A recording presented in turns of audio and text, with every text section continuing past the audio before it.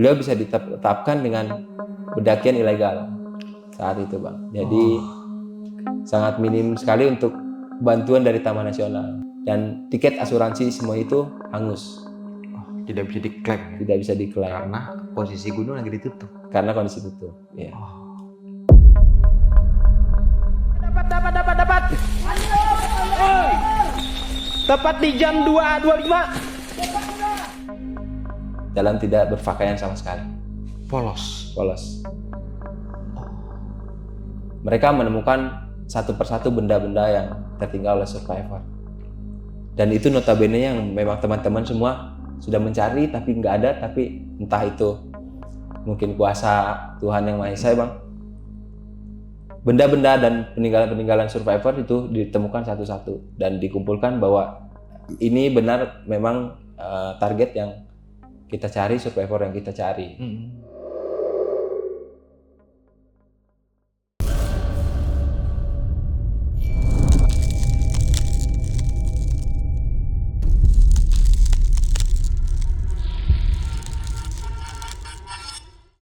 Selamat malam Kang Paul. Selamat malam, Bang. Alhamdulillah. Sampai juga Kang. Alhamdulillah. Dari Sukabumi. Sukabumi, jauh amat. Jauh banget juga. Oke, Kang Paul, kesibukan sekarang lagi apa nih Kang? Lagi masih dengan kegiatan sebelum-sebelumnya, Bang. Oke. Lagi fokus guiding juga. Lagi fokus Iya, di fokus guiding. Ada rencana mau naik gunung mana lagi nih? Ada, Bang. Di weekend ini, di Sabtu Minggu ada camp di Jawa Tengah, sekitar Jawa Tengah. Oke. Masih di area gunung-gunung Jawa Tengah. Kang Paul, di malam kali ini akan menceritakan sebuah kisah Ya. pencarian seorang survivor ilegal. Yang pertanyaannya nih Kang Paul, kok bisa-bisanya gunung lagi ditutup tapi ada pendaki yang naik?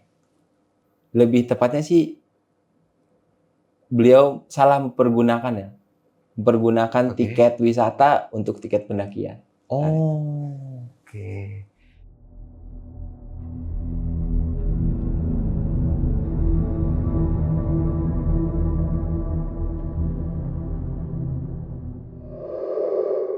Dan ini akhirnya menjadikan pendakian terakhirnya pada saat itu. Oke. Dan ini juga sempat masuk, ada beberapa berita juga Iya. yang pada saat itu sempat di-up di sosmed ya. Wilayah. Dan ini ada beritanya, dan gue penasaran banget apa yang bakal diceritain sama Kang Paul di malam kali ini, dari mulai proses pencariannya sampai akhirnya diketemukan survivor dalam keadaan seperti apa. Sebelum kita masuk ke ceritanya, bagi teman-teman yang belum subscribe, silakan di-subscribe terlebih dahulu, like, comment, and share. Jangan lupa nyalakan loncengnya agar teman-teman semua nggak ketinggalan video terbaru dari Besok Pagi. Dan bagi teman-teman semua yang pengen menjadi narasumber di Besok Pagi, kirim cerita kalian melalui nomor WhatsApp yang ada di bawah sini nih. Mau nggak mau, suka nggak suka, bahwa hal gaib itu ada di sekitar kita. Tanpa berlama-lama lagi, langsung aja kita masuk ke ceritanya.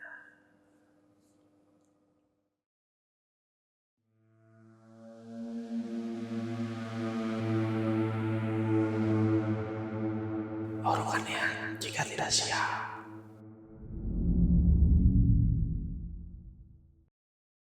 Di tahun itu intensitas hujannya, curah hujannya lebih deras dari tahun-tahun sebelumnya. Oke. Jadi otomatis saat itu kita juga memang niatnya mau melakukan pendakian ke Gunung Gede Pangrango, tapi dianjurkan sama anak-anak basecamp tidak melakukan pendakian, dan akhirnya SK-nya itu keluar di hari Kamis.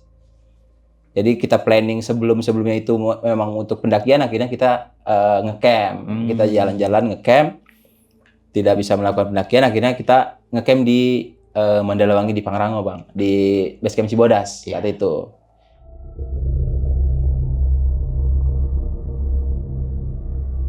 Dari pagi ketemu malam tuh hampir full hujan, walaupun kondisinya nggak hujan deras ya, tapi hujan rintik-rintik, dan itu intensitasnya sampai sore hari.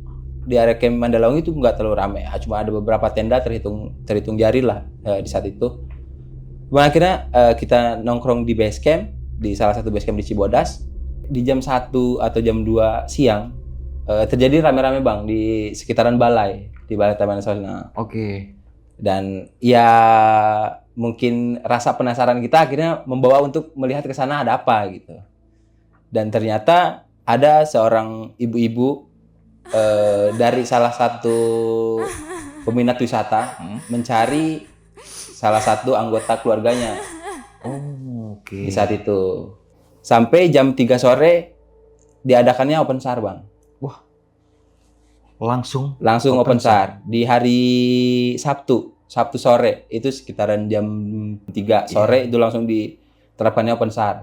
Oke. Terapkannya open SAR di hari Sabtu itu. Dan saya mungkin di saat itu tergerak, Bang. Tergerak rasa untuk kepedulian dan kemanusiaan. Akhirnya oke, saya ikut open SAR dan di situ dibagi sekitar 2 seru berisikan sekitar 8 sampai 10 orang. Pada saat itu kan pendakian lagi ditutup nih. Iya, Bang. Kok bisa ngadain open SAR? Pihak Taman Nasional dan dengan pihak keluarga sudah mendiskusikan akhirnya diterapkan untuk open SAR pendakian di sekitar area Gunung Gede Pangrango. Di saat itu sih belum ditargetkan gunung mana yang mau kita SAR dan mau kita sisir. Oke, berarti pada saat hari itu ada pendaki yang naik saat sedang gunung ditutup. Iya, kemungkinan besar, Bang. Kemungkinan besarnya. Oke, iya. Karena saat itu di sekitaran bulan itu sudah turun SK untuk tutup pendakian secara total. Dan yang dibuka itu saat itu cuma Curug Ciberem dan trekking area Telaga Warna. Oke. Ya, sampai situ aja. Ada diskusi dari Taman Nasional untuk ngesar di area Kandang Badak. Oke. Di area Kandang Badak. Akhirnya kita dibagi 2 seru sekitar 8 sampai 10 orang dibagi dan ditetapkan untuk target hari pertama itu menyisir di area dari mulai pertigaan Ciberem sampai ke area Kandang Badak, area camp Kandang Badak untuk mencari jejak kemana target mendaki Oke. saat itu. Dan saat itu kita naik beriringan, Bang. Sekitaran 20 orang itu beriringan 2 seru. Dan selingnya itu mungkin hanya sekitar 15 sampai 10 menit. Ya. Jadi kita beramai-ramai jalan sampai ditempatkannya di area Kandang Badak dan camp area kita di sana. Kita bikin camp di area Kandang Badak yang di dekat shelter. Kita tetapkan camp di situ dan akhirnya saat itu memang minim ya, Bang. Tenda pun minim, tidak terbagi rata karena kondisinya urgent. Oke. Karena di saat itu antusias dari sukarelawan pun agak membludak. Oh. Membludak, oke. Bang. Dan di saat itu sampai ditempatkannya 20 orang untuk 2 seru itu kita hanya punya perlengkapan untuk 1 seru, Bang. Ada beberapa orang yang memang tidak kebagian tenda dan tidur di area musola di Kandang Badak saat itu. Dan salah satunya saya juga kebagian di musola. Dan ada beberapa orang lah di musola itu ada sekitar 6 sampai 5 orang lah. Dan sebagiannya di sebelah musola di sebelah kanan mungkin. Kalau di area musola Kandang Badak itu sebelah kanannya ada sekitar 2 atau 3 tenda saat itu. Oke. Dan dapur yang ditetapkan untuk kita berdiskusi yaitu di musola. Jadi akhirnya saya tahu komunikasi dari tim, dari seluruh regu yang dipergerakan saat itu untuk pergerakan esok hari apa yang ditentukan saya lebih tahu detailnya. Saat itu ditetapkan untuk mencari 2 seru dan dibagi jalur, dibagi area untuk menyisir area-area jalur pendakian yang kemungkinan target lewati. Nah, kondisi saat itu memang intensitas hujan lebat dan saat itu pun satu malaman kita camp di Kandang Badak pun hujan lebat. Dan kondisinya pun untuk pendakian normal itu udah enggak rekomendasi karena itu pun hujan plus angin plus kabut, Bang. Jadi bisa diibaratkan badai keseluruhan di area Gunung Gede Pangrango saat itu. Dan teman-teman semua di camp area itu di tempat posko itu menempatkan 8 orang untuk menyusuri area Pangrango. Oke. Dan 10 orangnya menyisiri area puncak Gunung Gede. Karena puncak Gunung Gede itu lebih lebar, Bang. Lebih luas area cakupannya. Jadi mungkin untuk 8 orang terlalu minim lingkupnya. Waktu itu saya kebagian di area Pangrango, Bang. Oh, oke. Di area pertama termasuk berarti. dari 8 orang itu. Iya. Menyisir di area Pangrango. Kita mulai kegiatan di jam 7 pagi, Bang. Kita jam 7 udah kumpul, briefing, target. Kita jam 3 udah harus kembali ke camp. Itu sih instruksi awal dari teman-teman ranger, teman-teman seru rescue semuanya di saat itu. Jam 3 sore kita harus sudah di camp, jangan terlalu lama. Oke. Pada intinya kita apapun hasil yang didapatkan di lapangan, jam 3 kita harus sudah di camp semua. Dan kita mulai bergerak itu sekitar jam 8 setelah briefing. Akhirnya kita bergerak di area Pangrango.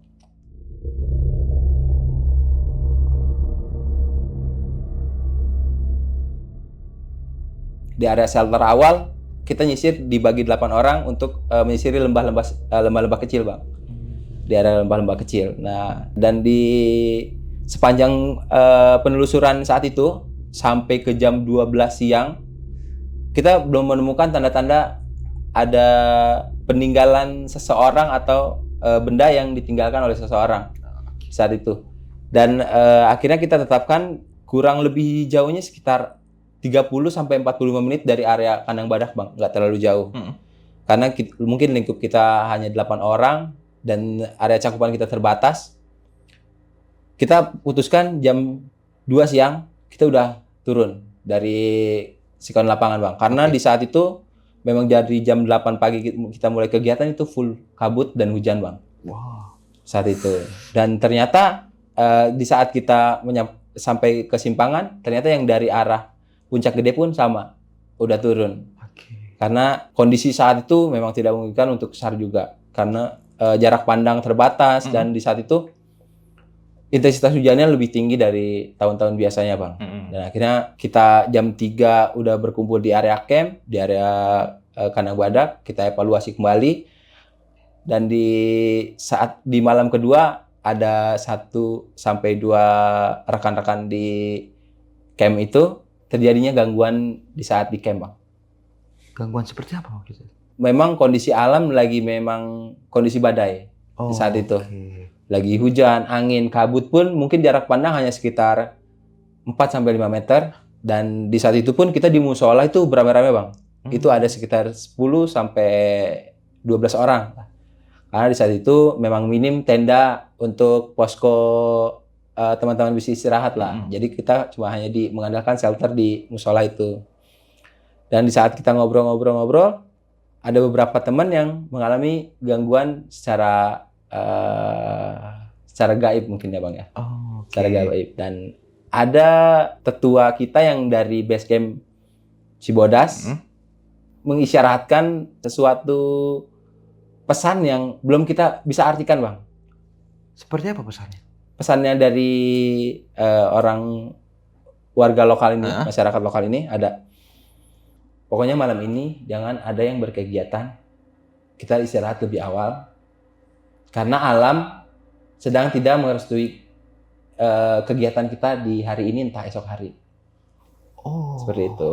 Dan di saat itu ada 2 teman kita yang mengalami gangguan gaib juga, Bang.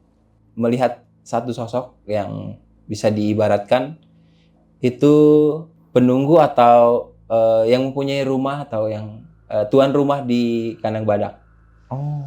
Dan teman kita ini bilang kalau satu sosok itu selalu menunjuk ke arah Puncak Pangrango. Dan itu dia bersosok laki-laki berjubah putih dan mungkin rambutnya juga beruban. Lebih ke kakek-kakek sih, Bang, saat itu.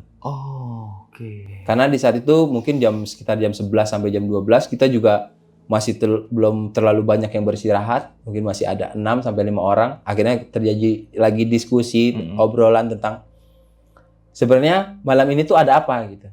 Karena malam ini tidak seperti malam sebelumnya gitu. Di saat itu kita beristirahat di sini sedikit orang, itu terjadi aman-aman aja. Cuman hanya memang kondisi alam masih seperti ini, masih seperti badai, angin, hujan, kabut tuh masih terus deras, Bang. Jadi mungkin istirahat kita juga masih belum terlalu maksimal, mungkin halusinasi atau apa.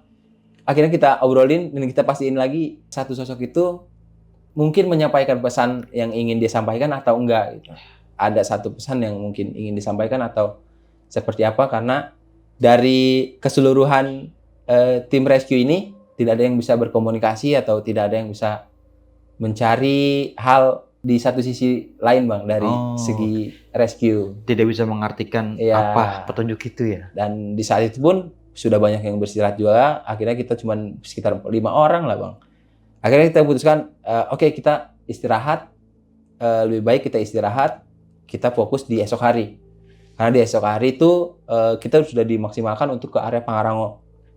Kita difokuskan. Dan di hari, bisa dibilang di hari kedua untuk untuk pencarian itu, kita fokus di area Pangarango, dan di area Gunung Gede ini hanya sekitar 8 orang Bang. Oh. Dan akhirnya dibaginya 2 seru berisikan 8 orang dan sekitar 15 sampai 16 orang yang di area sana. Dan sisanya difokuskan ke area Pangarango semua. Dibalik dari sehari sebelumnya difokuskan ke area Gunung Gede, sekarang di area Pangarango karena diindikasikan bahwa survivor itu menuju ke puncak Mandalawangi gitu. Oke. Dan akhirnya kita saat itu istirahat. Di saat itu mungkin gangguan itu masih belum beres Bang. Masih ada berarti? Masih ada. Kita kondisinya udah beristirahat semua, kondisinya udah rebahan semua. Iya. Ada sedikit lemparan dari mungkin ranting pohon. Kita berpikir positif, mungkin itu ranting pohon, entah itu batu. Tapi di saat itu memang mengganggu sekali di saat kita mau beristirahat untuk besok kegiatan Bang. Salah satunya saya dan salah satu teman saya juga di saat di lapangan itu bangun Bang. Bangun, bikin kopi, dan kita mungkin bisa dibilang menikmati badai Bang saat itu. Karena memang badai pun itu nggak berhenti. Hujan, angin itu nggak berhenti. Karena kita nggak bisa mengisbatkan kalau itu sebuah lemparan atau itu sebuah kayu ranting jatuh Bang. Oke. Saya berdua lagi nongkrong, itu tiba-tiba dari area jalur pendakian itu kayak seperti ada salah satu orang atau sosok yang sedang berjalan Bang ke arah kita. Di saat itu. Dan saat itu kita cuma lihat-lihatan dan itu nggak bisa ngobrol Bang, nggak bisa bilang, nggak bisa bicara gitu. Kita cuma bisa pandang-pandangan, ngelihat ke satu sosok yang mengarah ke kita di arah, mungkin bisa dibilang ya, di arah kabut-kabut samar-samar jauh gitu. Sosok itu berjalan mendekat Bang. Saat itu. Dan kondisinya pun saat itu masih hujan dan kabut dan angin itu masih kencang banget. Nah akhirnya saya berdua dengan teman saya ini cuma bengong melihat, terfokus sama satu sosok itu. Kita memastikan itu kalau itu manusia atau bukan. Gitu. Kita cuma bisa bengong, fokus ke itu, ke sosok tersebut, dan sosok tersebut tidak ada gestur yang aneh, tidak ada gestur yang ingin menyerang atau seperti apa. Cuman dia mengangkat salah satu tangannya dan menunjuk ke arah atas saat itu. Oke, ke arah atas. Ke arah atas. Dan di saat itu mungkin kalau kita kondisinya cerah, kita bisa dari kandang barat itu bisa langsung melihat ke puncak Pangarango Bang saat itu. Oh, berarti mengarahkan ke puncak Pangarango. Iya, dia menunjukkan salah satu tangannya ke arah puncak Pangarango saat itu. Wah. Dan di saat itu kita masih belum bisa gerak Bang. Kita juga belum bisa komunikasi sama sekali sama salah satu teman ini. Kita masih terfokus melihat satu sosok, dan sampai kita baca ayat kursi, kita istighfar, kita sholawat. Akhirnya sekitar 10 sampai 15 menit Bang, agak lumayan lama kita terfokus sama sosok tersebut. Sosok tersebut sedikit-sedikit mulai mundur Bang. Tidak berjalan membalik, tapi dia posisinya seperti mundur, seperti pelan-pelan, tapi mulai samar dan menghilang Bang saat itu. Dan akhirnya setelah sosok tersebut menghilang, kita baru bisa komunikasi Bang sama salah satu teman kita ini. Akhirnya kita langsung minum kopi, matikan rokok, langsung istirahat gitu Bang. Dan kondisi di saat itu pun udah hujan, udah mulai agak ngereda, dan angin juga tidak terlalu seperti sebelumnya, agak mulai tenang, dan akhirnya kita bisa istirahat Bang. Di saat itu sekitar jam 2 sampai jam setengah 3 lah saat itu. Dan kita terbangun sama teman-teman yang memang sudah prepare untuk melakukan esok pagi di kegiatan di area-area Pangarango dan di puncak Gunung Gede. Akhirnya kita jam 7 sudah melakukan evaluasi Bang. Kita mulai briefing. Dan briefing kita akhirnya kita tetap dengan seperti kemarin, kita fokuskan ke arah Pangarango, Dan ini mungkin bisa dibilang di hari kedua, Bang. Oke. Karena kita memang pendakian sudah 3 hari, tapi untuk pendakian dan pencariannya kita masuk di hari kedua. Oh, berarti dari Senin ya? Ya, di hari Senin. Oke. Kita bergerak di sekitar jam 8. Kita lebih banyak di area Pangrango.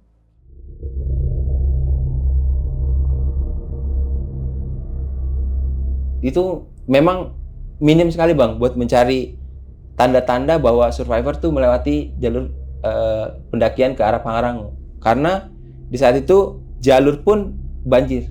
Oh. Karena sudah termasuk jalur air dan Iya. itu tidak mempunyai bekas sama sekali. Iya. Dan teman-teman pun yang melalui jalur berbagai macam jalur yang di area Pangrango itu nggak menemukan sama sekali petanda-petanda, Bang. Dan akhirnya sama seperti di hari pertama, kita turun tuh di jam 1 siang. Oke. Karena kondisi cuaca itu memang bisa diberatkan belum membaik dari hari sebelumnya. Masih hujan berarti dari Masih hujan, masih kabut, dan masih kondisinya tidak membaik dari hari sebelumnya, Bang. Oh, oke. Kita mulai dari jam 7, jam 8, sampai ke siang itu kabut masih tebal banget, Bang. Dan itu pun dari teman-teman sangat minim penglihatan, jarak pandang, dan untuk melihat jejak kaki pun kita sangat susah, Bang. Karena di saat itu hujannya memang bisa dibayangkan deras. Dan kita kembali lagi ke camp. Di saat itu seperti di hari sebelumnya, Bang. Kita kembali ke camp, kita kembali ke kandang badak. Itu memang ada tambahan lagi seru dari Taman Nasional. Ada tambahan lagi dari ada tambahan anggota lagi saat ya. itu dari BNPB, dari Polsek Pacet di area Cipanas, dan ada beberapa anggota TNI saat itu. Oke. Mungkin ada sekitar 10 orang lah saat itu tambahan serunya. Dan akhirnya kita di saat itu lebih awal evaluasi, lebih awal kita briefing untuk esok hari pergerakan kita mau kemana. Itu mulai dari jam 3 sore, Bang. Diskusi itu mulai jam 3 sore, kita targetkan kemana, terus informasi apa yang kita dapat di hari itu. Itu pun kita udah tetapkan, Bang. Di saat itu kita harus semua cari di area Pangrango. Di saat sore itu kita briefing, ditetapkan oleh salah satu petugas balai atau dari BNPB, dari rescue, ditetapkan bahwa posisi survivor tuh diinfokan memang menuju ke area Pangrango saat itu. Dan itu sudah diinfokan A1. Karena mungkin ada satu obrolan atau satu pesan dari survivor ke keluarga, dan itu dipastikan lagi selama dari tim rescue di lapangan dengan kondisi dari informasi dari keluarga. Dan itu akhirnya di hari ketiga, Bang. Di hari ketiga kita ditetapkan untuk mencari di area Pangrango saat itu. Difokuskan ke satu titik di area puncak Pangrango. Dan di saat malam tiba, kondisi cuaca lebih parah, Bang, dari kemarin. Waduh.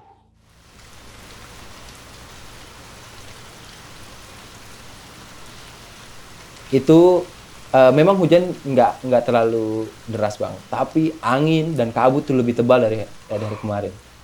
Bahkan karena kondisi tenda kita terbatas saat itu, kita di area musola itu ada sekitar 15 sampai 17 orang, Bang. Kita numpuk-numpuk lah akhirnya gitu. Kita numpuk-numpuk, dan seperti biasa kita ngobrol-ngobrol dengan kemungkinan besar di esok hari seperti apa. Dan di saat itu sama seperti kemarin, Bang. Ada satu sosok yang memang bukan hanya 1 atau 2 orang, Bang, yang melihat. Itu semua tim di saat itu yang masih memang bangun itu melihat, Bang. Dan kondisinya itu lebih badai dari kemarin. Dan kondisi kabut pun lebih tebal dari kemarin. Dan akhirnya mungkin dari yang 10 orang baru datang ini ada yang bisa berkomunikasi atau mengartikan dari sebuah pesan dari yang sosok ini sampaikan. Dari salah satu tertua dari Cibodas. mungkin dia komunikasi secara batin atau seperti apa, karena kita nggak melihat dia komunikasi secara lisan. Tapi setelah kondisi semeraut, kondisi badai di area kandang badak ini, 15 menit kemudian itu langsung hilang bang semuanya bang. Dari mulai kabut, hujan, angin itu berhenti total. Dan akhirnya salah satu tertua dari Cibodas dari base camp untuk mengadakan evaluasi dan kita briefing secara darurat saat itu. Dan akhirnya semua teman-teman yang udah istirahat itu kemungkinan sekitar jam 9 sampai jam 10 malam lah bang, belum terlalu malam. Semua teman-teman dibangunin semua bang. Dan kita akhirnya briefing di malam itu. Satu ucapan yang beliau sampaikan saat itu adalah target survivor ada di area puncak. Dan saat itu dia sambil menunjuk ke arah puncak Pangrango. Mungkin dari hari sebelumnya, pertama kita menemui atau melihat sosok tersebut, mungkin itu yang disampaikan, tapi kita tidak mengerti. Dan akhirnya ada satu orang yang bisa komunikasi dan menjalin komunikasi dan akhirnya bisa menyampaikan pesan apa yang dia bawa. Dan akhirnya beliau bisa mengisyaratkan bahwa kita besok harus seluruh rescue, seluruh tim, seluruh anggota harus ke area Pangrango. Dan akhirnya di hari ketiga itu total semuanya bang. Total semuanya harus ke area Pangrango. Beliau tua dari base camp Cibodas ini bilang, dengan bahasa Sundanya dia bilang kalau kondisi survivor itu ada di sekitar puncak Pangrango. Tidak terlalu lama briefing, tidak terlalu lama komunikasi dari tim, akhirnya semua disuruh istirahat semuanya. Tidak ada yang bangun di malam itu. Memang kondisinya sudah membaik bang, tidak seperti hari-hari sebelumnya, tidak seperti malam-malam sebelumnya. Itu kondisinya udah membaik, kondisi angin, kondisi hujan itu nggak terlalu seperti hari sebelumnya. Dan kita bisa beristirahat full sampai ke pagi hari kita bangun. Itu kondisi teman-teman mungkin udah beristirahat total dengan keadaan fit.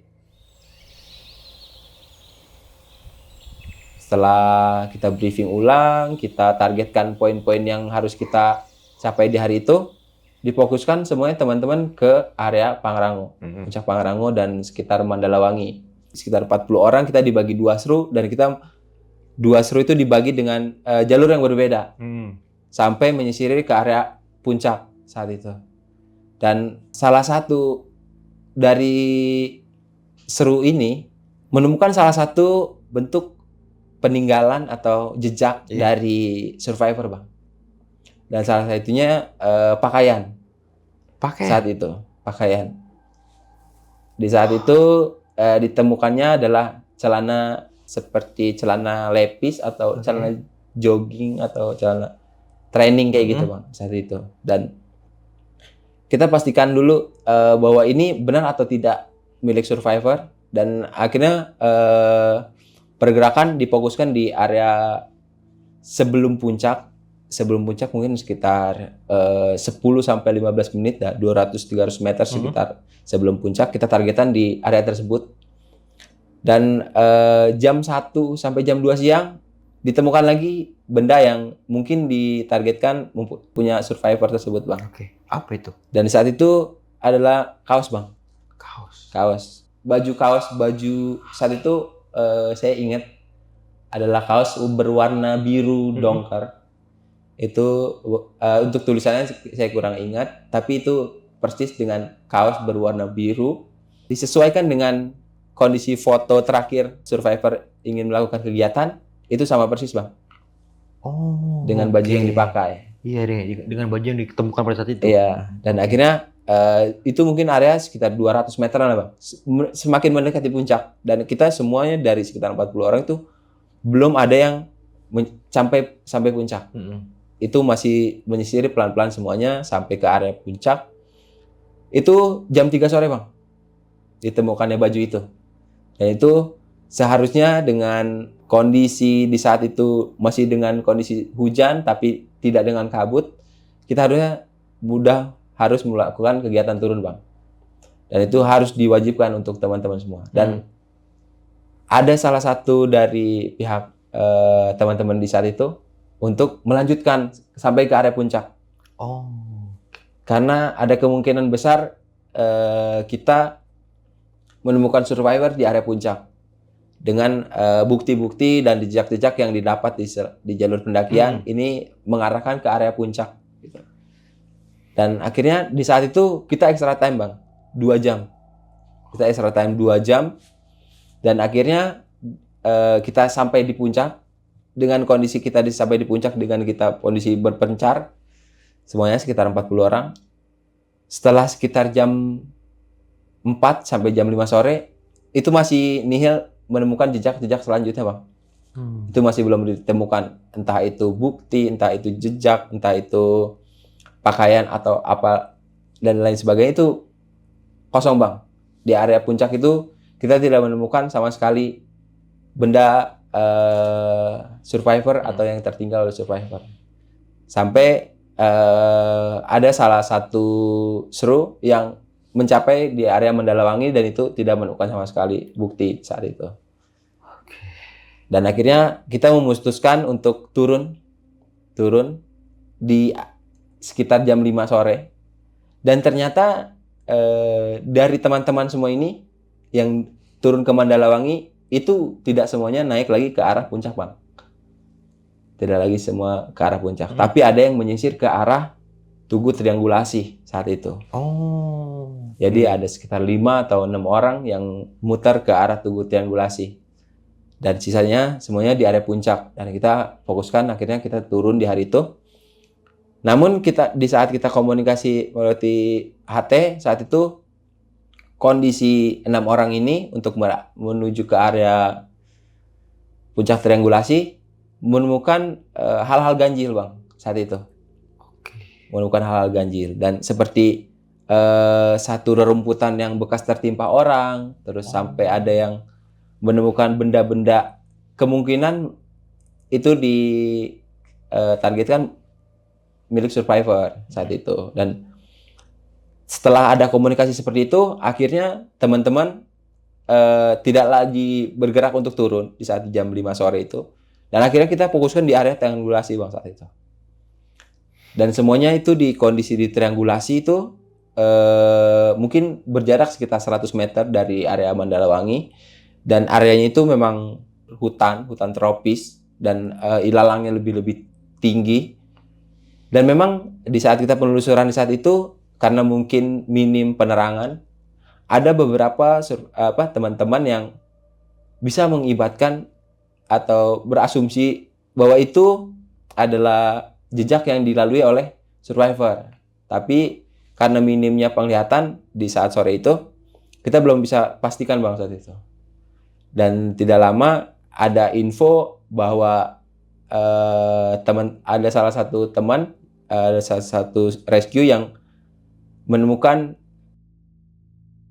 tapi ada agak sedikit ambigu Bang dan ada sedikit keanehan di saat itu karena mulai gelap dan sore hari. Karena kita menyisiri area itu memang tidak terlalu lama Bang, sekitar 30 menitan lah. Area di Tugu Triangulasi itu mungkin sekitar 30 menit. Tapi area itu mungkin untuk 40 orang terlalu banyak Bang. Iya. Dan 30 menit itu sudah dibilang waktu yang lama untuk pencarian. Untuk pencarian di saat itu dengan lingkup yang mungkin 100 kali 100 meter untuk 40 orang. Dan yang anehnya itu udah beberapa orang yang melewati Tugu Triangulasi, bukan 1 atau 2 orang. Saya pun udah melewati tugu itu Bang, Tugu Triangulasi itu. Saya nggak melihat tanda-tanda, saya nggak melihat seseorang di saat itu selain teman-teman rescue. Dan ada salah satu teman rescue tiba-tiba di saat itu dia mengumandangkan azan Bang saat itu. Allahu Akbar,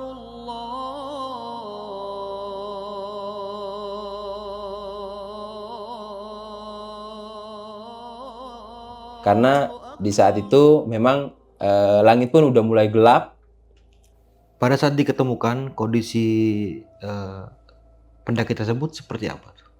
Dalam keadaan tengkurap bang, Tengkurap keadaan tengkurap. dan sudah tidak bernyawa. Dan setelah dicek oleh teman yang menemukan, kondisi dipositifkan A1 MD bang Wah, saat itu. innalillahi. Dan ternyata di area tersebut itu banyak sekali benda-benda yang tertinggal oleh survivor tersebut bang. Iya. Saat itu kondisinya sudah telanjang bulat bang, dalam tidak berpakaian sama sekali, Polos. polos. Oh, Dan teman-teman yang dari arah Mandalawangi naik ke arah Tugu Triangulasi itu, mereka menemukan satu persatu benda-benda yang tertinggal oleh survivor. Dan itu notabene yang memang teman-teman semua sudah mencari tapi nggak ada, tapi entah itu mungkin kuasa Tuhan Yang Maha Esa bang. Benda-benda dan peninggalan-peninggalan survivor itu ditemukan satu-satu dan dikumpulkan bahwa ini benar memang target yang kita cari, survivor yang kita cari. Dan akhirnya kita laporan di saat jam 6 sore, sekitar jam setengah 6, jam 6 sore itu kita udah laporan ke Taman Nasional bahwa survivor telah ditemukan dengan kondisi MD, dan kita targetkan ke arah Camp Kandang Badak. Karena kita di saat malam itu sangat beresiko sekali bang kalau untuk langsung melakukan perjalanan turun ke Camp Cibodas. oh berarti dinepin dulu Kandang Badak. Dinep dulu 1 malam lagi di area Kandang Badak. Oh, oke. Dan di saat itu ada satu sosok yang ingin berkomunikasi sekali dengan tim kita, dengan tim seluruh tim, dan ingin menyampaikan satu pesan.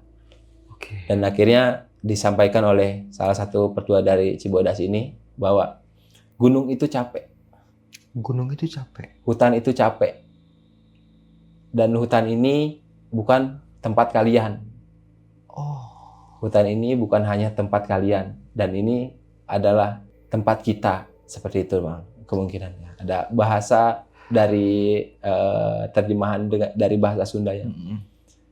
Akhirnya kita ada satu poin yang kita tetapkan bahwa gunung itu bukan hanya tempat kita bang, bukan hanya tempat manusia berkegiatan, Iya. tempat kita mencari tempat untuk beristirahat, mencari ketenangan. Di satu sisi tempat itu ternyata mempunyai tuan rumah, dan ternyata di situ ada rumah, ada tempat makhluk-makhluk lain yang diberikan izin Allah untuk tinggal di sana dan berkomunikasi sama kita, menyampaikan hal seperti itu.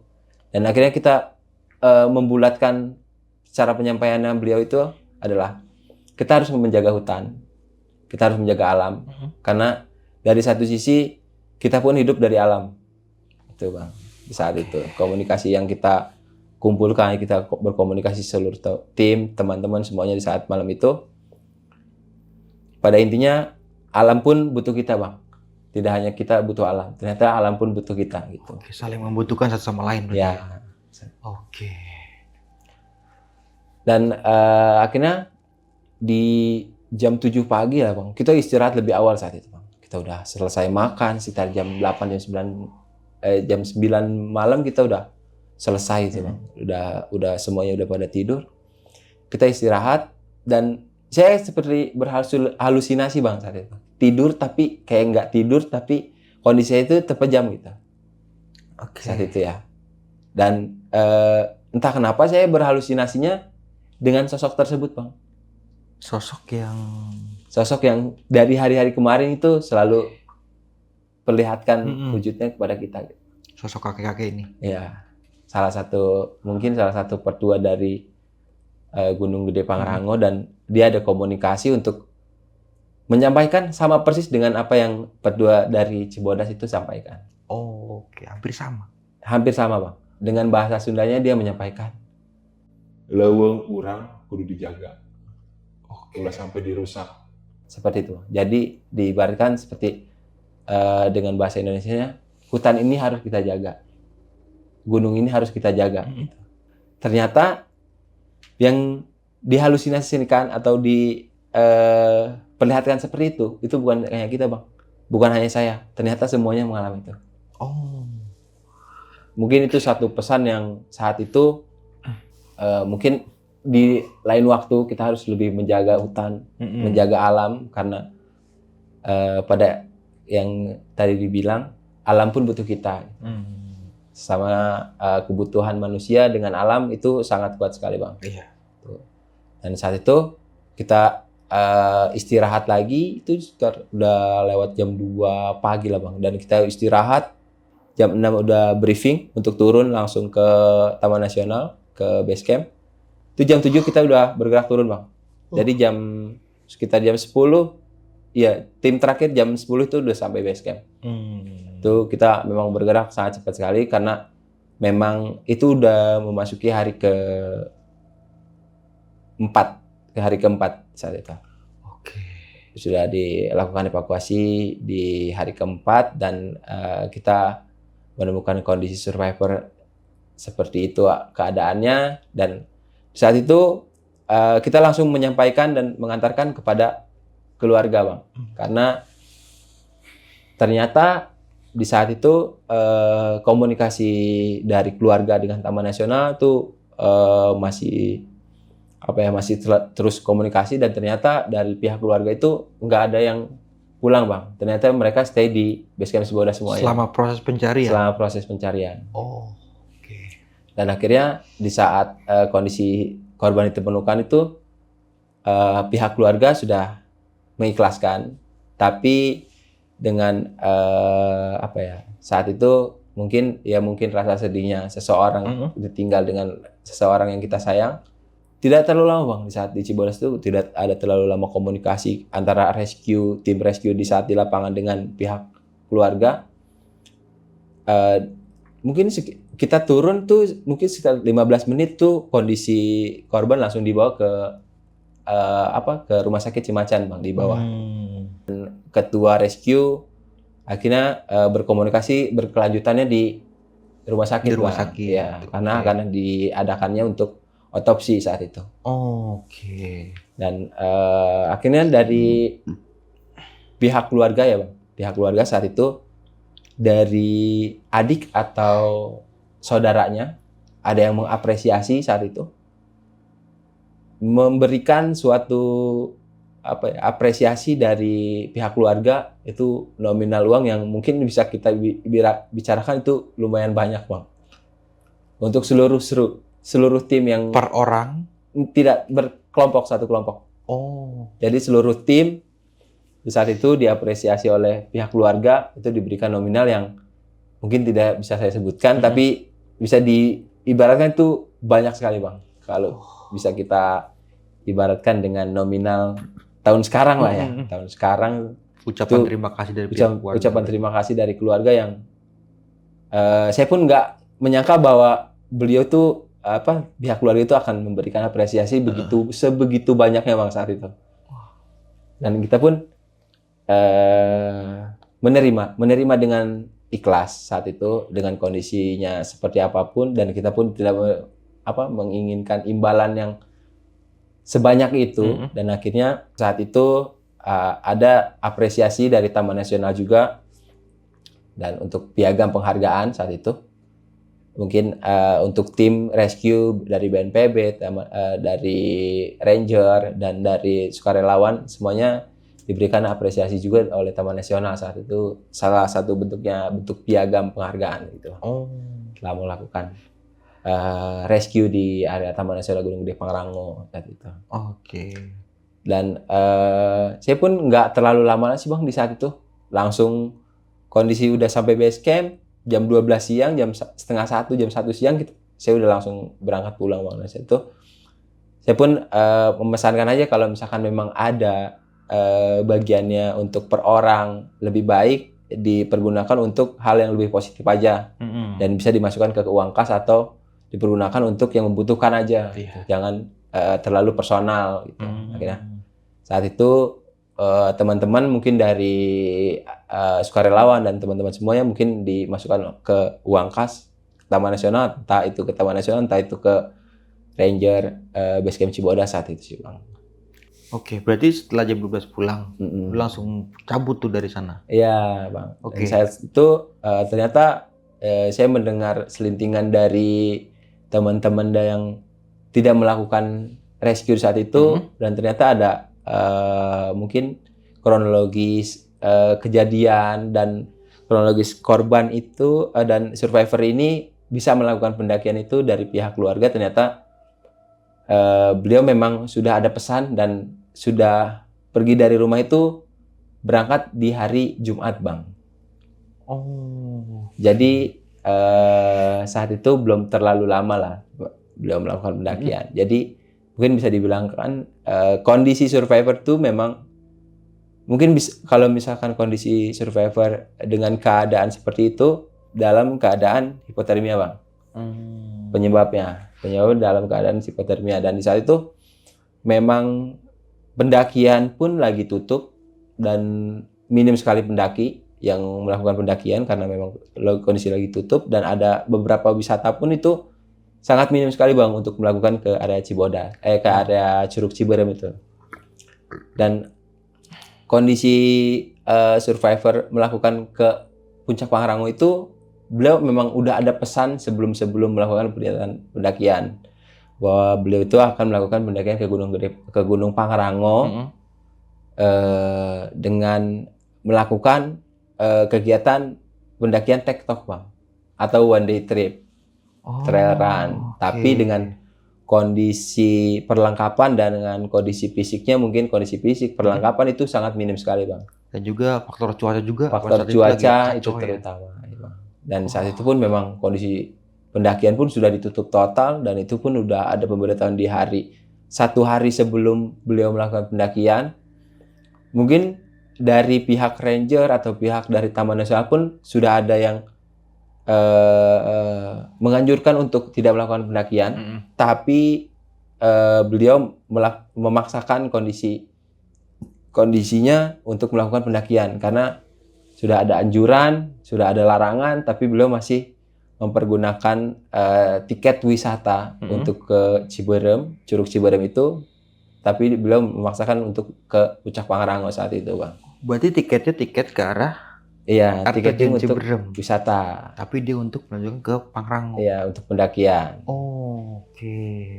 Nah, di saat itu pun dari pihak Taman Nasional sudah klarifikasi dan dilakukan briefing lagi. Saya mendengar info melakukan briefing lagi, evaluasi tentang kondisi korban dan apa penyebab korban sampai dengan ditemukannya dalam kondisi MD itu hipotermia, dan beliau bisa ditetapkan dengan pendakian ilegal saat itu, Bang. Jadi sangat minim sekali untuk bantuan dari Taman Nasional, dan tiket asuransi semua itu hangus.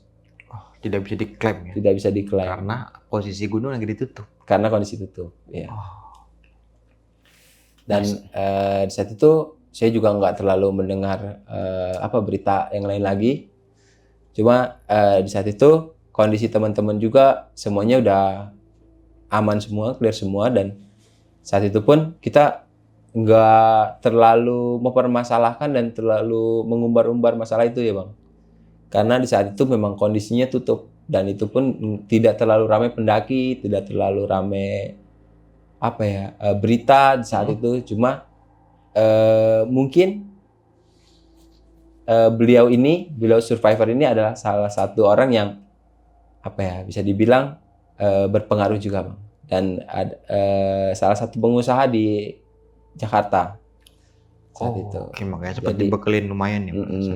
Dan akhirnya dari pihak keluarganya pun menanggung semua di saat melakukannya rescue. Dan di saat itu memang dari pihak Taman Nasional pun karena kondisinya lagi tutup dan tidak terlalu fokus dengan SAR pendakian, itu terlalu lebih banyaknya dari sukarelawan sih, Bang. Karena dari petugas dan BNPB dan dari TNI Polri pun hanya beberapa orang. Jadi karena lebih banyaknya ke sukarelawan dan ranger dari Cibodas, Bang, saat itu. Oke, nah setelah turun ke bawah, lu sempet dengar kabar nggak? Kan sempat dibawa ke rumah sakit dan untuk dilakukan di otopsi pasti ya. Sempet dengar kabar nggak survivor ini MD-nya di hari keberapa setelah pendakiannya? Iya, di saat itu pun kita komunikasi setelah turun ya Bang. Kita komunikasi setelah turun, kita setelah pulang ke rumah. Ternyata kondisi survivor itu melakukan tektok tapi di jam yang kurang tepat Bang saat itu. Saya dibilang kurang tepat ya, walaupun kondisinya sedang tutup tapi ditambah lagi dengan kondisi jam yang kurang tepat karena beliau melakukan pendakian itu di jam 10 jam 11 siang. Baru jalan dari bawah? Baru jalan dari base camp. Dan bisa diperhitungkan dari jangka jarak pendakian, beliau itu survivor ini sampai ke area puncak Mandalawangi, puncak Pangrango ini sekitar jam 5 sampai jam 4 sampai jam 5 sore, Bang.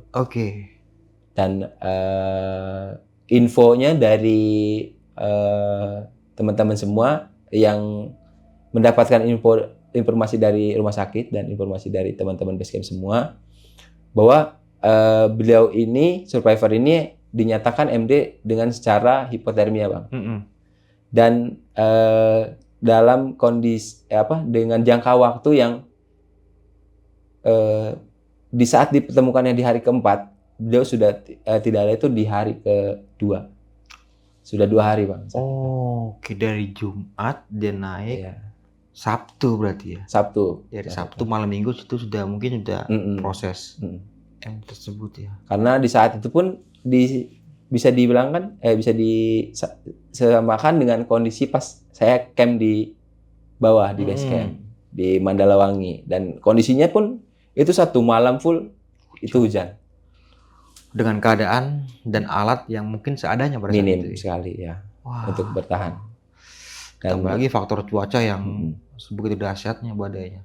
Dan ada hal-hal ganjil yang kita masih bingung, itu adalah kondisi korban saat ditemukan dengan keadaan tidak berbusana. Tapi busananya itu adalah jauh Bang. Itu mungkin sekitar 150 meter dari dari korban yang di posisi korban yang ditemukan. Berarti agak jauh bajunya. Jauh sekali. Dan itu pun bukan di area puncak. Jadi kita juga tidak di luar nalar lah hal itu. Karena kita menemukan kondisi celana, baju dan beberapa pakaian yang korban survivor pakai itu mungkin jaraknya bisa dihitung sampai ada yang 200 meter Bang dari kondisi korban. Dan saya juga saat itu ya mungkin berasumsi liar, mungkin saat itu beliau survivor ini mencari jalan untuk turun. Kemungkinan besarnya dia naik dari arah Mandalawangi Bang. Dan kemungkinan besar di hari pertama beliau sudah merasakan hipotermia. Di saat pertama beliau melakukan kegiatan pendakian, dan kemungkinan besar selama di jalur pendakian beliau kena hujan. Dan dengan kondisi fisik yang drop, dengan kondisi cuaca yang tidak mendukung, tingkat gejala hipotermia itu ada beberapa tahap Bang. Dan tahap tertingginya adalah di mana kondisi suhu tubuh kita itu udah turun drastis, dan itu menimbulkan hawa panas dari dalam tubuh Bang. Jadi kita merasanya di saat kita full kedinginan itu ngerasanya panas Bang. Dan itu kita pasti otomatis secara sadar nggak sadar kita membuka baju pakaian yang kita pakai. Itu seperti kayak halusinasi ya. Dia merasa panas padahal dingin saat itu ya. Ya, saat itu mungkin bisa saya asumsi liarkan seperti itu Bang. Dan informasi dari rumah sakit pun persis dengan asumsi liar yang saya pikirkan itu, karena kondisi korban ditemukan dalam keadaan tidak berbusana saat itu. Berarti kan total pencarian dari awal naik ini hampir 4 hari. Totalnya ya 4 hari. 4 hari. Jadi kan lu naik hari Jumat, mulai pencarian hari pertama Sabtu pagi, Minggu, Senin, di hari Selasa berarti survivor sudah diketemukan dalam kondisi MD. Kondisi MD-nya di hari Senin Bang. Nah, selama proses pencarian ini kan, Kang Paul, ini kan lu sempat ngalamin beberapa kejadian ya. Yang di awal mulai ada beberapa temen yang sempat ngerasain dan melihat sosok yang tadi lu sempat bilang ini adalah penunggu sesepuh Kandang Badak. Ya. Nah, bisa lu jelasin lebih detail lagi nggak sih sosok kakek-kakeknya ini tuh seperti apa? Kalau untuk detail dan sosok tersebut ya Bang, beliau ini karena kondisi saat itu samar ya Bang ya. Dan yang lebih jelasnya itu pas di hari ketika kita mau turun. Iya. Karena itu kita terbayang Bang, kondisinya bukan langsung kita dalam kondisi sadar melihat, tapi diperlihatkan secara batin. Itu terlihat jelasnya dia seperti pakai kalau bahasa Sunda dibilangnya udang Bang. Jadi ikat kepala. Imamah itu. Ikat kepala warna putih Oke. dengan kondisi rambut yang agak panjang, mungkin sekitar sedada gini Bang. Dan itu putih semua. Celana putih, baju putih dengan bentuk wajah yang mungkin agak samar-samar. Itu bisa dilihatkan seperti kalau misalkan kita sekarang ini seperti orang-orang Baduy Bang. Ya gitu. Jadi celananya itu bukan yang full panjang, enggak, tapi celananya agak sebetis agak ya. pendek ya. Cingkrang seperti Ya, itu. terlalu panjang, dan baju yang dipakainya pun baju-baju seperti pesilat Bang. Cuma warnanya putih. Warnanya putih, full putih semuanya dari mulai.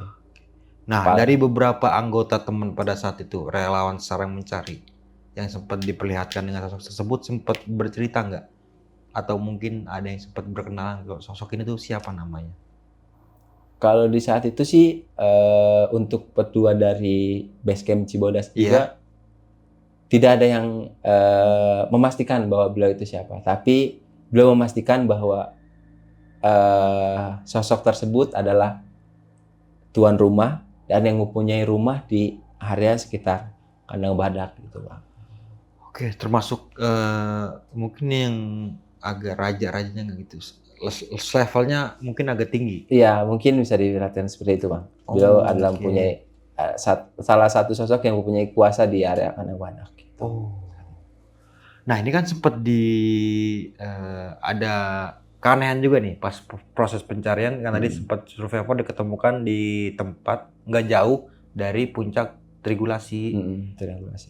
triangulasi Pangrango.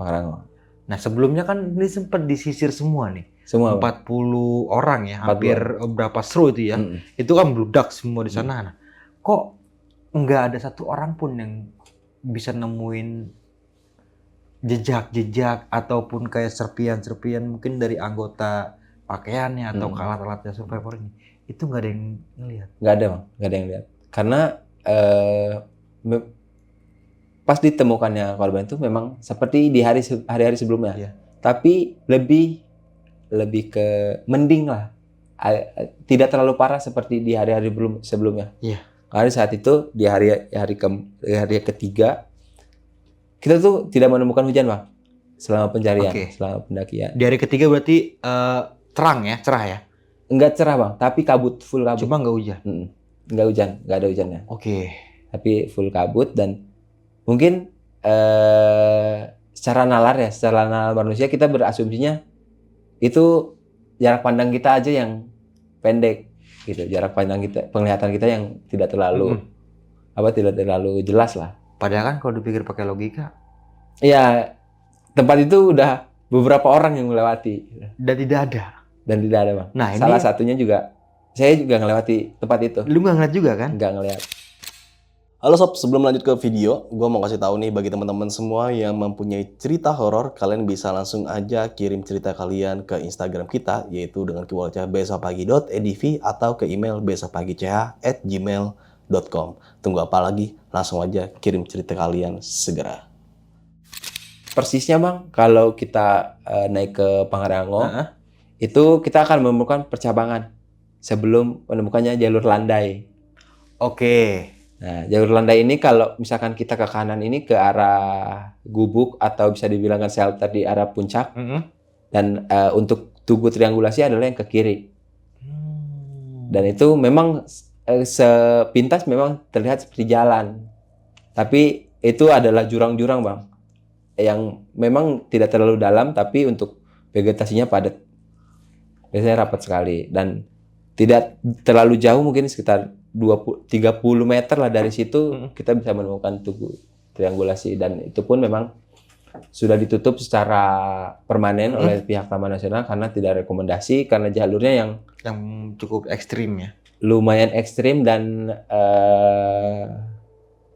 banyak sekali rintangan lah, Bang, kalau untuk masuk ke situ lah. Oke. Karena makanya oleh pihak Taman Nasional dan teman-teman di sana ditutup sampai saat Berarti ini. satu jalur aja untuk ke puncak Pangrango. tugunya ya. Tapi dari puncak triangulasi ini bisa tembus kan ke Mandalawangi? Untuk ke Mandalawangi bisa tembus, Bang. Cuma untuk jaraknya 50 sampai 100 meter. Lumayan. Dan itu pun kondisi jalurnya memang landai. Itu pun udah di dasar di punggungan, dasar punggungan. Satu punggungan itu kalau kita ikuti itu lebat sekali, Bang. Lebat banget. Dan kita bisa tembus ke sana itu adalah dengan cara ngerangkak, mungkin bisa dibilang dengan ngerangkak. Baru bisa tembus tuh. Kalau misalkan kita tidak bawa alat tebas, kita mungkin ngerangkak karena padat saat itu.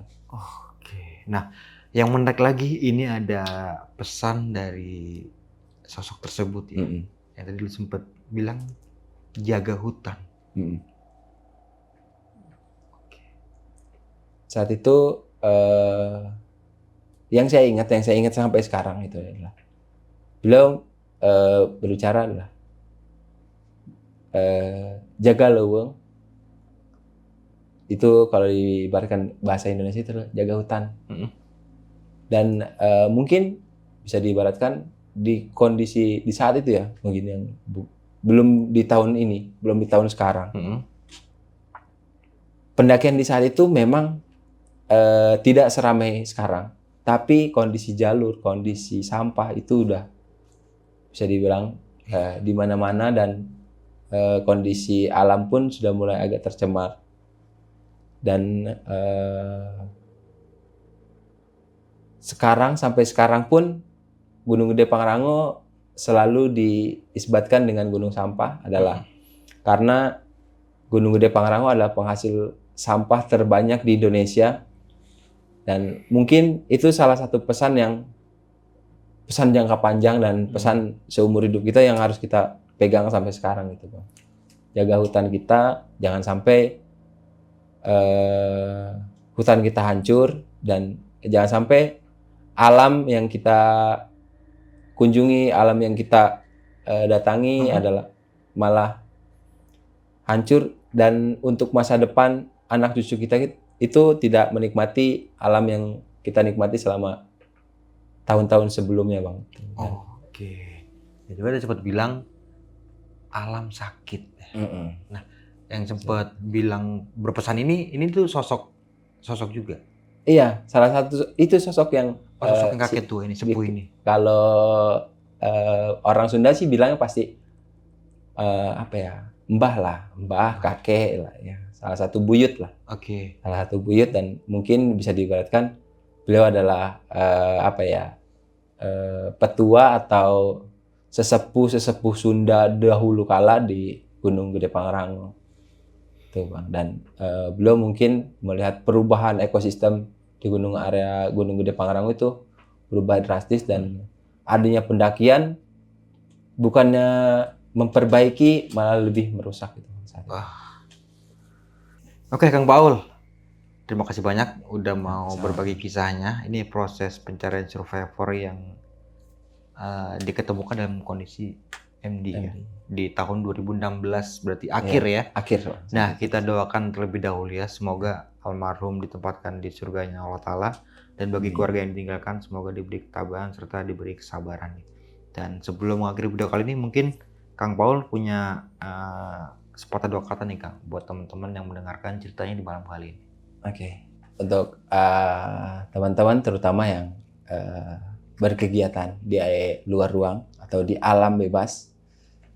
Alam itu memang tempat memuaskan rasa batin kita, rasa capek kita untuk diluapkan ke alam. Tapi alam juga mempunyai rasa seperti kalian semua. Alam juga mempunyai rasa capek, rasa lelah. Dan apa sih yang bisa memperbaiki rasa lelah, rasa capek alamnya itu untuk apa? Ya itu salah satunya. Kita jaga alam dengan tidak membuang sampah sembarangan, tidak menebas apapun yang tidak harus ditebas, tidak mematahkan apapun yang harus dipatahkan, dan terutama adalah alam itu selalu menjaga kita dan kita harus menjaga alam. Itu sih, Bang. Oke. Tapi kalau mau naik gunung nggak usah sendiri ya, takut nyasar apa gimana. Recommended banget nih buat temen-temen. Ternyata Kang Paul ini sering buat tamu juga, Kang ya. Iya. Oh, oke, sekarang Mas Cuma sekarang, Kang? Sekarang sih aktif lagi guiding, Bang. Masih aktif Di guiding. salah satu trip organizer ya. Salah satu trip organizer di Indonesia, dan untuk kegiatan pendakian ada di weekend, Bang. Weekend. Di weekend. Berarti weekend selalu berangkat terus nih? Ya. Atau mungkin teman-teman semua nih yang pengen naik gunung cuma nggak mau sama trip yang Kang Paul, mau langsung gitu bisa, Kang, gitu? Boleh, bisa. Bisa langsung kunjungi aja, Kang, ya? Dengan Kemana, Kang? menggunakan jasa bisa di kontak di Instagram Muhammad Sofian Oke. 69, dan di situ pun bisa di DM dan ada CP-nya juga. Oh, oke. Untuk harga Bisik-bisik aja. bisik-bisik aja ya, Bisik, tapi kualitas pasti oke deh, terjamin dan nggak ninggalin peserta ya. Ya. Oke. Oke, terima kasih banyak Kang Paul. Semoga bermanfaat ya buat teman-teman semua yang mendengarkan. Mungkin itu aja dari gue, Bang Mange, kurang lebih mohon maaf. Sampai jumpa di video-video selanjutnya. Assalamualaikum warahmatullahi wabarakatuh.